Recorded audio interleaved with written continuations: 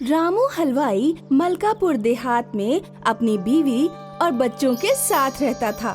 रामू शहर में जलेबियां बनाता और शाम में समोसे तलता। वो जलेबी और समोसे के साथ साथ मिठाइयाँ भी फरोख्त करता था। और दोपहर में स्कूल से लौटते वक्त उसका बेटा गोलू और उसकी बेटी मीनू दुकान पर आ जाया करते थे। बाबा जान, आज गोलू के सर पर कौवे ने पैखाना कर दिया। बाबा जान, आज उस्तानी जी ने मीनू की गेसू पकड़कर खूब पिटाई लगाई। ये दर्सगाह में पीछे बैठकर अपने दोस्तों के साथ मोबाइल पर फैशन शो देख रही थी। बाबा जान, ये झूठ बोल रहा है। अब तुम दोनों लड़ना बंद करो, घर जाओ और अपनी अम्मी से कहना कि रसगुल्ले की शीरा बना के तैयार रखें। शाम में जब रामू घर पहुंचता है तो देखता है कि उसकी बीवी पलंग पर बेहाल पड़ी है और बच्चे उसकी तीमारदारी में लगे हैं। क्या हुआ, अभी तक शीरा तैयार नहीं क्या? या अल्लाह, अरे सेठ जी के यहाँ से 5 किलो के रसगुल्लों का ऑर्डर ले लिया है। इतनी तपिश में मैं बेहाल हो रही हूँ। आपसे गुज़िश्ता दिनों से कह रही हूँ, एक कूलर ले आइए। बिना कूलर दुश्वार है काम करना। रामू को मजबूरी में एक कूलर खरीद के लाना पड़ा। मैं कूलर के सामने सोऊंगा। तेरी जांघिया उड़ जाएगी, तू रहने दे, मैं कूलर के सामने सोऊंगी। अब रामू की बीवी कूलर के सामने मुतमईन होकर शीरा बनाती और मिठाइयों का हर काम अमर तक पहुंचाती। एक दिन पड़ोस वाली पिंकी रामू के घर तशरीफ लाती है। भाभी जी, घर पर ससुराल से थोड़े मेहमान आ गए हैं। हमारे यहाँ शक्कर खत्म हो गई है। आप थोड़ी सी शक्कर दे दीजिए, कल शब में आपको वापस कर देंगे। हाँ, अभी लाती हूँ, आप तशरीफ रखें। पिंकी को रामू के घर नया कूलर देखकर बेलौस हसद होती है। हम अपने यहाँ तपिश में मरे जा रहे हैं और यहाँ हुस्न की मलिका कूलर में बैठी रहती हैं। तभी रामू की बीवी शक्कर लेकर आती है। लो पिंकी, शक्कर, और मेहमानों को अच्छी सी चाय पिलाना। शब में जब मेहमान घर से चले जाते हैं तो पिंकी अपनी सास से गुफ्तगू करती है। अम्मी जान, रामू के घर में कूलर आ गया है। जेरे नजर देहात में किसी के घर कूलर नहीं है। ये रामू तो कभी हमारे घर में खादिम हुआ करता था, अब तो खूब दौलत आ रही है मिठाई फरोख्त करके। एक तरकीब है, जब कल तू शक्कर वापस करने जाना तो शक्कर में मच्छर मारने वाला स्प्रे शराबोर कर देना। दूसरे दिन पिंकी चीनी में मच्छर मारने वाला बेइंतहा स्प्रे शराबोर कर देती है और रामू के घर शक्कर वापस देने जाती है। लीजिए भाभी जी, आपकी शक्कर। रामू की बीवी उस शक्कर का इस्तेमाल जलेबी के शीरे में करती है। दूसरे दिन हमेशा की तरह रामू की दुकान पर जलेबी खरीदने वालों का हुजूम लग जाता है और लोग खूब लुफ्त लेकर जलेबियां खाते हैं। जलेबियां खाते ही लोगों की तबीयत नासाज होने लगती है। उन्हें उल्टी और पैखाने शुरू हो जाते हैं। रामू, तुमने जलेबियों में क्या मिला दिया? इसने हमें जान से मारने की कोशिश की, मारो इसे। लोग रामू की खूब पिटाई करते हैं, उसकी दुकान तहस नहस कर देते हैं और मिठाई वगैरह सब फेंक देते हैं। रामू को दवाखाने में दाखिल करना पड़ता है। तुम्हारे शौहर के रीढ़ की हड्डी टूट गई है, इन्हें बेहतर होने में काफी वक्त लगेगा। रामू का सारा कारोबार बर्बाद हो चुका था। रामू की बीवी को घर का खर्च भी चलाना दुश्वार हो गया था। गोलू और मीनू की पढ़ाई भी छूट गई थी। मैं आइसक्रीम लेने जा रहा हूँ, ये मुझे अपनी पैंट में मिला है। इधर लाओ ये रकम, सब्जी आएगी इसकी, आइसक्रीम नहीं। मैं नहीं दूंगा। देगा कैसे नहीं? गोलू की माँ गोलू को पकड़ने दौड़ती है।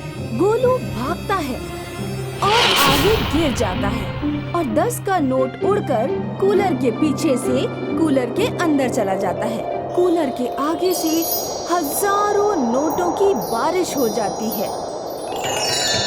ये कैसे हुआ?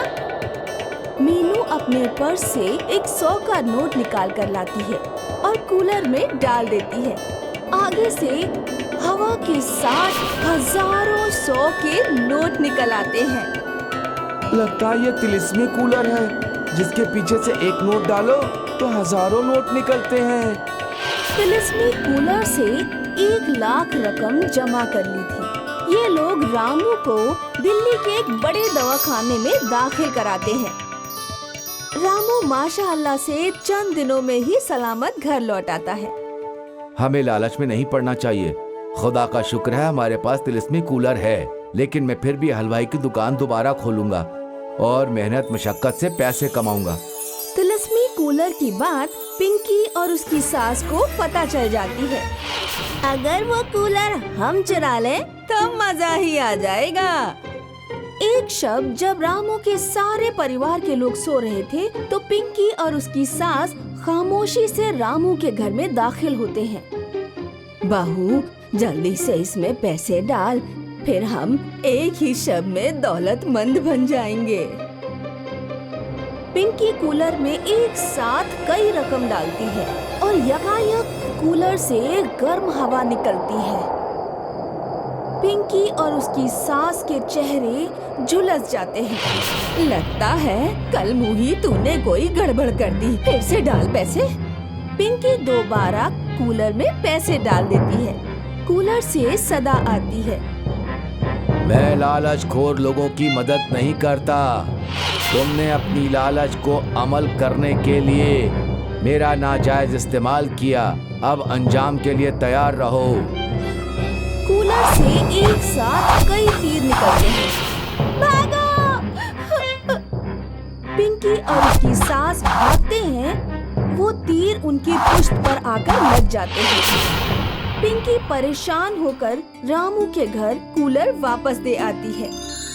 माफ कर दीजिए भाभी जी, हमने आपका तिलिस्मी कूलर चुराया और गुनाह की सजा भी हमें मिल गई।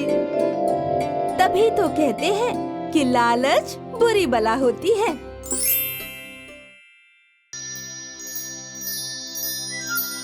एक गांव में हरिया अपनी बीवी बिन्नी और 5 साल के बेटे सोनू के साथ रहता था। हरिया और उसकी बीवी जमींदार के खेत में काम करते थे। सोनू भी उनके साथ खेतों में जाता है और पेड़ पौधों के पास खेलता है। कभी वो उसकी डाल पर चढ़ता है तो कभी उससे फल खाता है। हरिया और उसके परिवार की ऐसी ही जिंदगी बसर हो रही थी। हर रोज की तरह सोनू आज भी अपने अम्मी अब्बू के साथ खेतों में काम करने जाता है। हरिया अपने बेटे को पढ़ाना चाहता है, लेकिन सोनू कम अक्ल है। तभी वहां जमींदार माखन सिंह भी आ जाता है। हरिया, इस बच्चे को स्कूल भेजो या काम पर लगाओ, लेकिन मेरे पेड़ों से दूर रखो। ये मेरे फल खा जाता है, मुझे इससे बहुत नुकसान होता है। हुजूर, बच्चा है इसीलिए वहां छोड़ते हैं, इसको धूप में कैसे रखेंगे? अरे तो तेरा बच्चा है ना, इसको स्कूल भेज, यतीम खाने भेज, जहां मर्जी है वहां भेज, लेकिन मेरे फल क्यों खिलाता है इसे? ठीक है हुजूर, वो कल से आपके फल नहीं खाएगा, मैं उसे वहां नहीं जाने दूंगा। माखन सिंह ये बोलकर चला जाता है।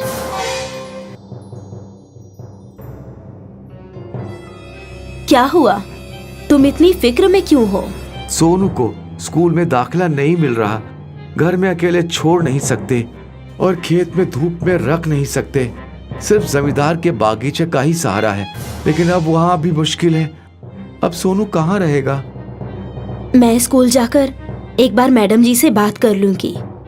अगर वे हमारे सोनू को पढ़ा दे तो। तेरा दिमाग खराब हो गया है क्या?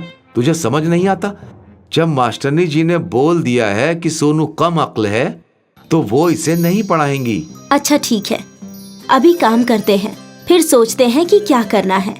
दोनों जुताई में लग जाते हैं। सोनू आम के पेड़ की डाल पर झूल रहा है और बढ़िया आम खा रहा है। ये आवाज कहाँ से आ रही है? कौन है वहाँ? अरे मैं पेड़ हूँ, जादुई पेड़, और तुम मेरी डाल पर बैठे हो। ये सारे आम तुम्हारे हैं, तुम मेरे सबसे अजीज दोस्त हो। अरे वाह, तुम बोलते भी हो। हाँ मेरे दोस्त, मैं बोलता भी हूँ और अब से तुम यहाँ रोज आना। पेड़ और सोनू बात कर रहे हैं, तभी वहाँ जमींदार माखन सिंह एक अखबार पढ़ते हुए आ जाता है।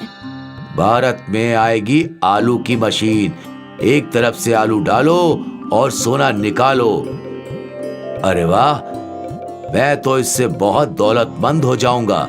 सबसे पहले मैं ही इस मशीन को खरीदूंगा और अपने सभी खेतों में आलू की काश्तकारी करूंगा और सिर्फ 1 महीने में ही पूरे मुल्क में सबसे दौलतमंद हो जाऊंगा और लगभग 1 साल में तो मैं बिल गेट्स को भी पीछे छोड़ दूंगा।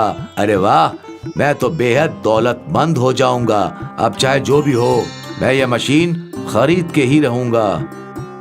सोनू जमींदार की सारी बातें सुन लेता है और जमींदार ख्वाब देखते हुए अपने घर पहुंच जाता है। सोनू, तू अब तालीम पर तवज्जो दिया कर। जमींदार तुझे अब खेतों में नहीं घुसने देगा। क्यों नहीं घुसने देगा? वो आम का पेड़ तो मेरा दोस्त है और मेरे दोस्त ने मुझे बोला है कि मैं रोज उसके पास आया करूं। देख ले बिन्नी, मैं कह रहा था ना कि सोनू कम अक्ल है। अब देख ले, पेड़ भी अब बोलने लगा और दोस्ती भी करने लगा। अब्बू, उसने वाकई बोला। सोनू, तू कल से घर पर ही रहेगा। अब्बू, मुझे कुछ पैसे चाहिए ताकि मैं आलू की मशीन खरीद सकूं और उससे सोना बना सकूं। फिर हमें खेतों में काश्तकारी नहीं करनी पड़ेगी और हम भी जमींदार बन जाएंगे। वाकई ये लड़का पूरा पागल हो गया है। तेरा लड़का पागल है, पागल। सभी सो जाते हैं, लेकिन सोनू के दिमाग में सिर्फ आलू की ही मशीन घूमती रहती है। अगले रोज सुबह सोनू उठकर सबसे पहले खेतों में पहुंच जाता है और फिर आम के पेड़ के पास पहुंच जाता है। आओ दोस्त, क्या हाल है तुम्हारे? अगर तुम मेरे दोस्त हो तो मुझे आलू से सोना बनाने वाली मशीन दे दो ना। बस इतनी छोटी सी बात? अरे अभी दे देता हूँ। पेड़ सोनू को आलू से सोना बनाने वाली मशीन दे देता है। सोनू उसे लेकर घर आता है और घर में पड़े एक आलू को मशीन में डाल देता है। लेकिन वो हैरान रह जाता है क्योंकि मशीन से सोने का आलू बाहर आने लगता है। वो खुशी से झूम उठता है और अपने अम्मी अब्बू को बुलाता है। वो भी सोनू के इस कामयाबी पर बहुत खुश होते हैं और कुछ ही महीनों में ही वो बहुत दौलतमंद बन जाते हैं। इस बात की खबर जमींदार को लग जाती है और वो हरिया के घर आता है। देखा हरिया, तुमने मेरे साथ दगा किया है। तुमने मेरे पेड़ से सोने की मशीन ले ली। वो पेड़ मेरे थे, वो मशीन मेरे पेड़ के पास थी, तो उस पे सबसे पहले मेरा हक है। वो मेरे बेटे की है, उसको उसके दोस्त ने दी है। तुमने उससे बहुत दौलत कमा ली है। मैं तुमसे दौलत वापस नहीं मांग रहा हूँ, लेकिन तुम मुझे वो मशीन वापस कर दो। हरिया अखलाक पसंद आदमी है और वो मशीन जमींदार को दे देता है। जमींदार बहुत सारे आलू खरीद लेता है, लेकिन जैसे ही उसने पहला आलू मशीन में डाला, मशीन खुद ब खुद वहां से गायब हो गई और जमींदार के होश उड़ गए क्योंकि जमींदार ने सारे शहर का आलू 20 लाख रुपए में खरीदकर अपने घर में जमा कर लिया था, लेकिन अब वो उससे सोना न बना सका।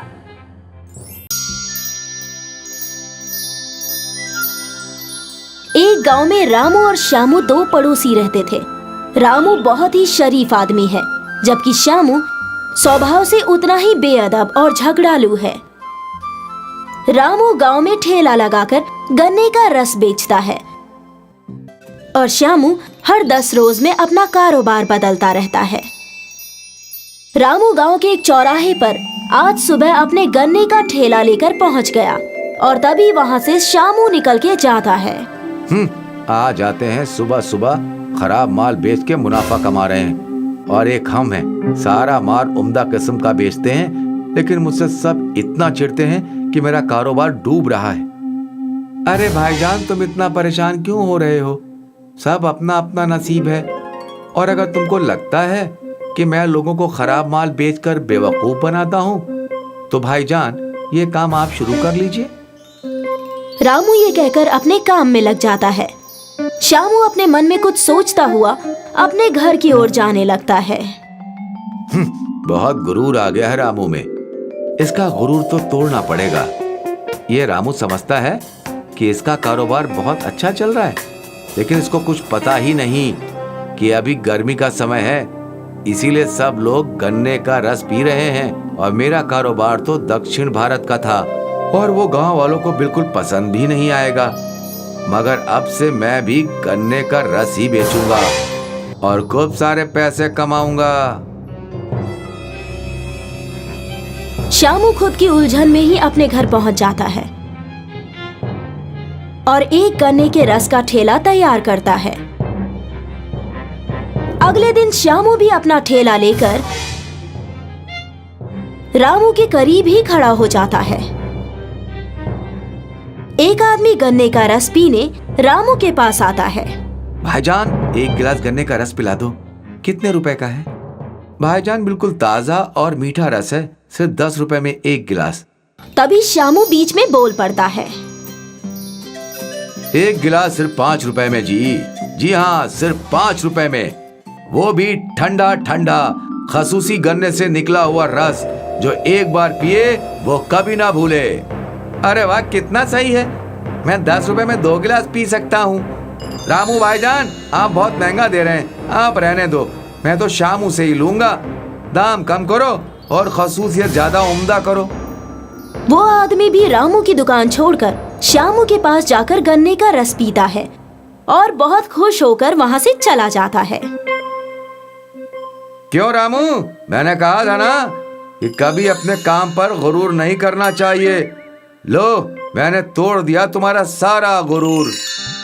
कुछ दिन ऐसे ही बीत जाते हैं और रामू बहुत मायूस हो जाता है। श्यामू खराब गन्नों का रस निकालता और उसमें पानी डाल देता, लेकिन रामू से कम कीमत पर रस बेचता है, तो सभी खरीदार उसी के पास जाने लगते हैं।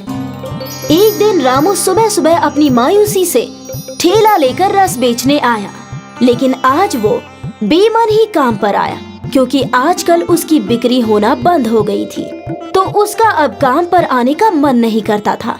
लेकिन जैसे ही वो आया, वो देखता है कि श्यामू के ठेले पर बहुत मजमा लगा है।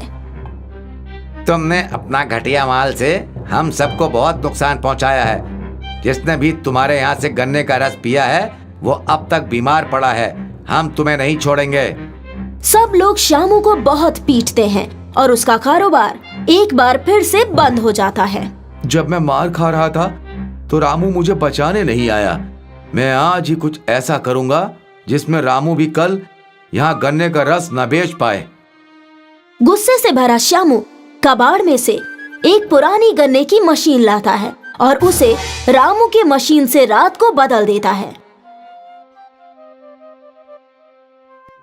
उसे खुद के कारोबार बंद होने का कोई गम नहीं है, बल्कि रामू का काम बंद हो जाएगा उसकी बहुत खुशी है। ऐसा सोचते हुए वो सो जाता है। अगले रोज मुझे ये मशीन कुछ अजीब सी और बदली बदली लग रही है। वैसे इसे कौन बदलेगा? चलो अब इससे रस निकाल कर देखता हूँ। रामू जैसे ही उसमें गन्ना डालता है, उसमें से रस के बजाय सोने के सिक्के बाहर आने लगते हैं। रामू जल्दी ही अपने घर पहुंचा और उसने खूब सारे सिक्के बनाए और उनको पैसों में बदला और शान से जीने लगा। रामू के पास इतना पैसा कैसे आ गया और अब इसने काम करना भी बंद कर दिया है? मालूम करना पड़ेगा। श्यामू पता लगाता है, लेकिन वो सर पर हाथ रखकर बैठ जाता है जब उसे पता चलता है कि कबाड़ से लाई गई मशीन सोना बनाती थी। श्यामू उस मशीन को चुराने की योजना बनाता है। वो मशीन चुराने में कामयाब भी हो जाता है। अब मैं इससे खूब पैसे कमाऊंगा। श्यामू मशीन में गन्ना डालता है, लेकिन गन्ने के साथ वो भी मशीन में चला जाता है और उसकी मौत हो जाती है। कई बार हम दूसरों के लिए खोदे गड्ढे में खुद ही गिरकर बर्बाद हो जाते हैं, जबकि दूसरा आबाद हो जाता है।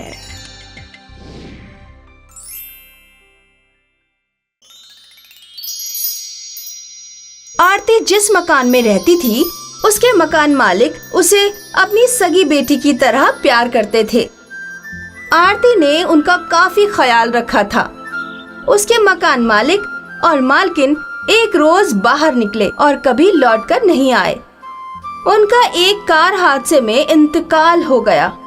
वो अपना घर आरती के हवाले छोड़ गए थे और आरती उसका अच्छे से ख्याल रखती थी।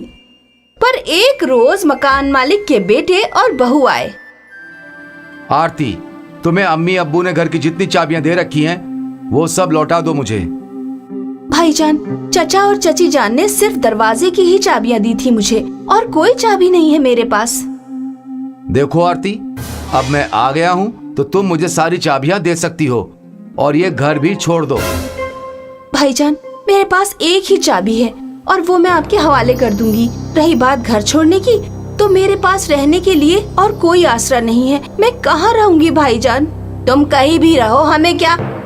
अपना कमरा जल्द से जल्द खाली कर दो। भाभी, ऐसा मत कहिए। मेरा इस शहर में चाचा चाची के सिवा और कोई नहीं था। मुझे थोड़ा वक्त तो दीजिए।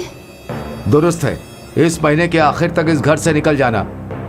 और हाँ, फिर से कह रहा हूँ, अगर कोई चाबी है तुम्हारे पास तो चुपचाप मुझे सुपुर्द कर देना।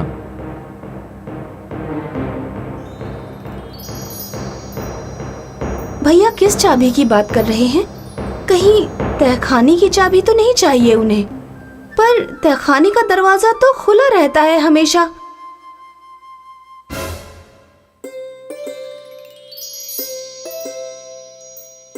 आखिर यहाँ ऐसा क्या है जिसके लिए भाईजान और भाभीजान मुझसे बार बार चाबी मांग रहे हैं?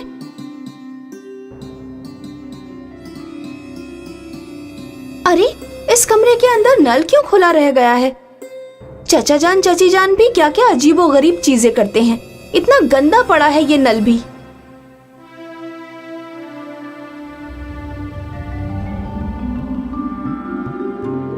आरती डर जाती है और तुरंत नल बंद कर देती है।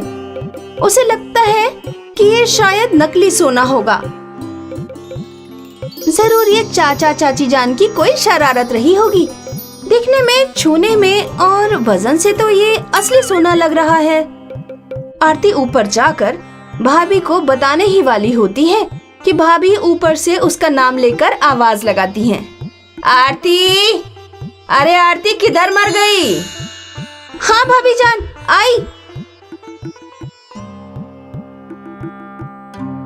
अरे, मैं आपके पास ही आ रही थी। मुझे आपको कुछ बताना है।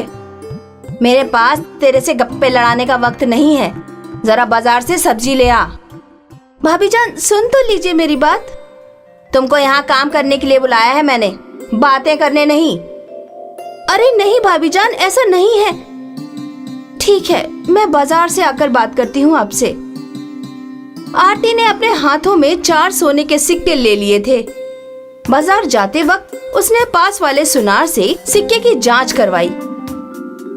सुनार ने उसे बताया कि ये सोने के सिक्के तो बिल्कुल असली और उम्दा किस्म के हैं। सुनार उसे शक की नजरों से देखते हुए पूछता है कि ऐसे सिक्के मिले कहां से। आरती ने कुछ जवाब नहीं दिया और वहां से चली गई। दूसरे रोज भाभी ने आरती से पूरे घर की सफाई में ही लगा दिया। जब भी आरती उनके पास बात करने जाती तो वो कोई नया काम थमा देती, और अगर आरती फिर भी बात करने की कोशिश करती तो भाभी उस पर चिल्लाकर उसे कामचोर कहती। आरती ने भी भाभी से तंग आकर सोचा कि वो अब सीधे भाईजान से ही बात करेगी। आरती ने सोचा कि वो एक बार नल को फिर से चेक कर लेगी कि कहीं वो एक ही दिन का चमत्कार तो नहीं था।